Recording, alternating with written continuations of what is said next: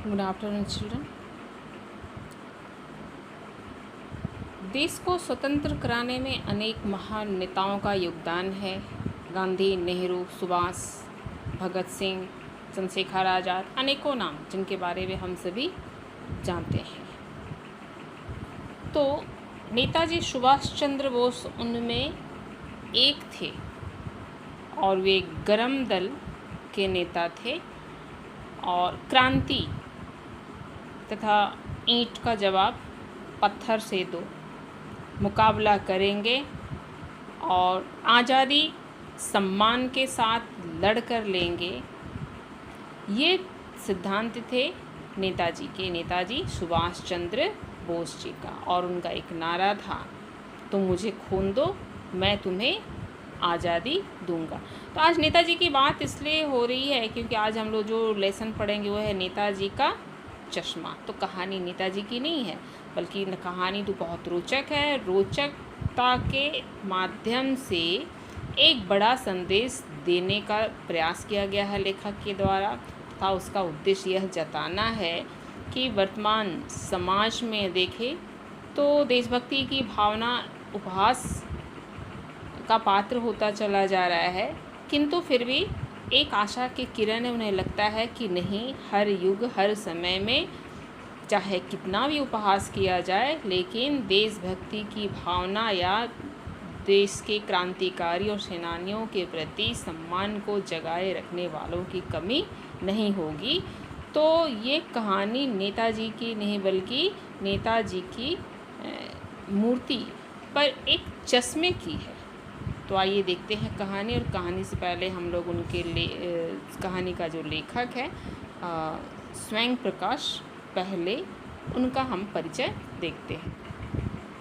इस कहानी के लेखक हैं स्वयं प्रकाश, जिनका जन्म 20 जनवरी 1947 को मध्य प्रदेश के इंदौर नामक शहर में हुआ है और अब ये भोपाल में रहते हैं, वहीं रहकर साहित्य सृजन का कार्य करते हैं। कहानी कुछ इस प्रकार है कि कहानी का मुख्य पात्र हवलदार साहब है, ठीक है, और वो अपने कंपनी के किसी काम से एक कस्बे से गुजरते थे। तो उस कस्बे के बारे में बताया गया है कि वह कोई बहुत बड़ा कस्बा नहीं था, छोटा सा कस्बा था और उसकी नगर पालिका समय समय पर कुछ काम किया करती थी। इसी नगर पालिका के एक अधिकारी ने मुख्य बाजार के मुख्य चौराहे पर सुभाष चंद्र बोस की एक मूर्ति स्थापित कर दी। मूर्ति काफ़ी अच्छी थी, बताया गया है कि मूर्ति काफ़ी अच्छी थी और उस सारी खूबियाँ थी। जैसे कि नेताजी बहुत मासूम लगते थे, कमसीन थे, यानी आकर्षक मूर्ति थी। और उसे देखते सबसे बड़ी बात है कि दिल्ली चलो तुम मुझे खून दो जैसे नारे याद आने लगते थे, देशभक्ति की भावना मन में उमड़ने लगती थी। लेकिन उसमें एक कमी थी। कमी यह थी कि नेताजी की जो मूर्ति थी वो संगमरमर का था, लेकिन चश्मा संगमरमर का नहीं था। उस पर एक सचमुच का चौड़े काले फ्रेम का चश्मा लगाया गया था। हवलदार साहब को लगा कि आइडिया भी अच्छा है कि मूर्ति पत्थर का लेकिन चश्मा रियल। इस प्रकार वो जितनी बार वहाँ से गुजरे, जैसे पहली बार उन्होंने चौड़े फ्रेम का काला चश्मा देखा, दूसरी बार जब गुजरने लगे उधर से तो तार की फ्रेम वाला गोल चश्मा देखा। इस बार जितनी बार वो गुजरते उतनी बार उनको एक नया चश्मा देखने को मिलता। और जब भी वो वहाँ से गुजरते एक पान वाले के यहाँ पान ज़रूर खाते थे। एक बार उनके मन में इच्छा हुई कि पान वाले से पूछ लिया जाए कि चश्मा बार बार बदल कैसे जाता है। पान वाले ने बताया कि एक कैप्टन नाम का व्यक्ति है जो चश्मा बदलता है। दरअसल वह चश्मा विक्रेता है और कोई भी ग्राहक उससे चश्मा मांगता है तो वो क्या करता है, नेताजी की मूर्ति पर लगे चश्मा यदि ग्राहक को पसंद आ गया तो उसे दे देता है और फिर दूसरा चश्मा नेताजी को पहना देता है।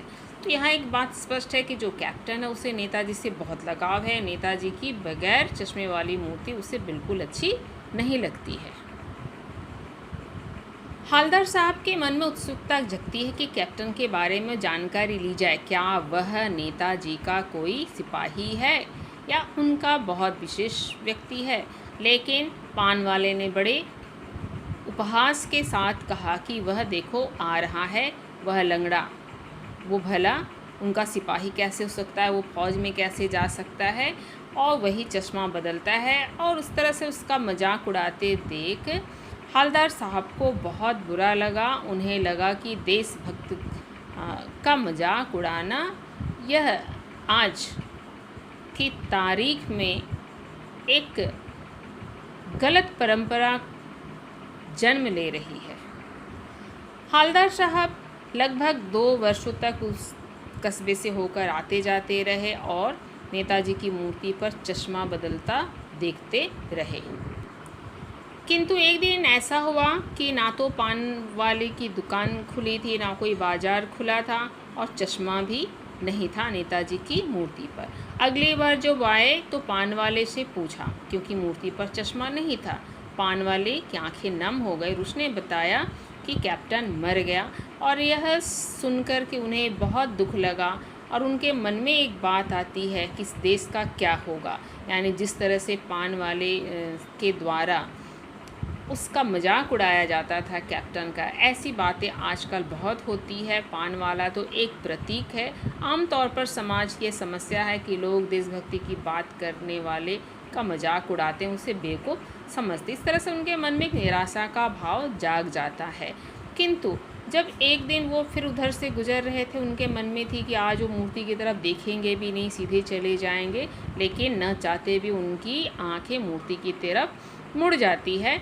तब अचानक से उन्होंने चीखकर गाड़ी को रोकने का आदेश दिया और जाकर देखा तो मूर्ति की आंखों पर सरकंडे से बना छोटा सा चश्मा रखा हुआ था, जैसे किसी बच्चे ने बनाया था। इस प्रकार वे भावुक उठते हैं। यानी उनके मन में एक आशा की किरण जाग उठी थी कि नहीं, देश और देशभक्तों के प्रति श्रद्धा रखने वाले कभी समाप्त नहीं होंगे। पीढ़ी दर पीढ़ी जैसे लापरवाह लोग की भी संख्या बढ़ रही है, तो देशभक्त की भी संख्या बढ़ती रहेगी। देशभक्त भी संसार में जन्मते रहेंगे। तो यह बहुत ही खूबसूरत कहानी है, एक प्रेरणादायी कहानी है, जहाँ कैप्टन के माध्यम से और छोटे बच्चे के माध्यम से दर्शाया गया है कि हमें अपने देश पर नाच करना चाहिए और हताश नहीं होना चाहिए। साधारण से साधारण व्यक्ति भी किसी न किसी रूप में अपने देश और देश के प्रति शहीद हुए लोगों का आदर लगातार कर रहे हैं और उनका सम्मान बना ही रहेगा। धन्यवाद।